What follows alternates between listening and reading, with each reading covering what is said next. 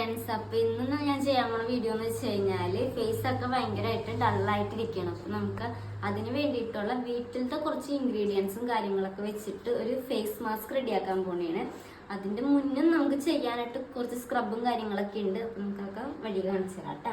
അപ്പൊ അതിന് വേണ്ടത് പൊട്ടറ്റോ കുറച്ച് വേണം, അരിപ്പൊടി, മഞ്ഞപ്പൊടി, കസ്തൂരി മഞ്ഞളോ പച്ചമഞ്ഞളോ ആയാലും കുഴപ്പമില്ല, കുറച്ച് തൈര് മിക്സ് ചെയ്തിട്ട് അപ്ലൈ ചെയ്യാം. അപ്പൊ അതൊക്കെ ഞാൻ കാണിച്ചു തരാം കേട്ടോ. കറ്റാർവാഴ നേരത്തെ മുറിച്ച് വെച്ചിട്ടുണ്ടായിരുന്നു.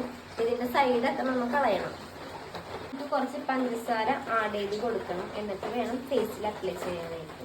അപ്പൊ നമ്മളിപ്പോ ഒരു 10-15 മിനിറ്റ് ഇങ്ങനെ മസാജ് ചെയ്ത് കൊടുക്കുക. അത് കഴിഞ്ഞിട്ട് ഒന്ന് ഒബ്സർവ് ആയി കഴിഞ്ഞിട്ട് വേണം നമ്മൾ മാസ്ക് അപ്ലൈ ചെയ്യാനായിട്ട്. ഫേസ് അങ്ങനെ ഡ്രൈ ആയിട്ടുണ്ട്, ഇനി ഫേസ് വാഷ് ചെയ്യണം. അത് കഴിഞ്ഞിട്ട് വേണം നമുക്ക് മാസ്ക് ഇടാനായിട്ട്. പതുക്കെ ടവല് വെക്കുക. ചെറിയൊരു പേസ്റ്റ് രൂപത്തിൽ നമുക്ക് കിട്ടണം, എന്നാലാണ് ഫേസിൽ നമുക്ക് അപ്ലൈ ചെയ്തിട്ട് വെക്കാൻ പറ്റുള്ളൂ. നമ്മൾ അരച്ച് കഴിഞ്ഞിട്ടുണ്ട്.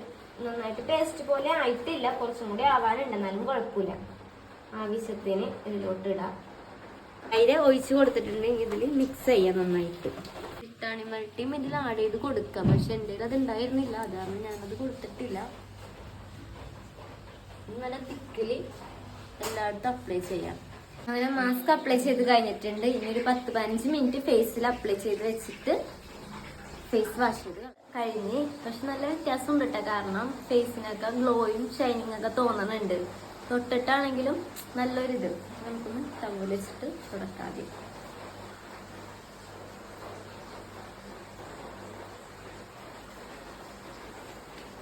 എന്തായാലും നല്ല വ്യത്യാസമുണ്ട്. നിങ്ങൾ ട്രൈ ചെയ്ത് നോക്കുക.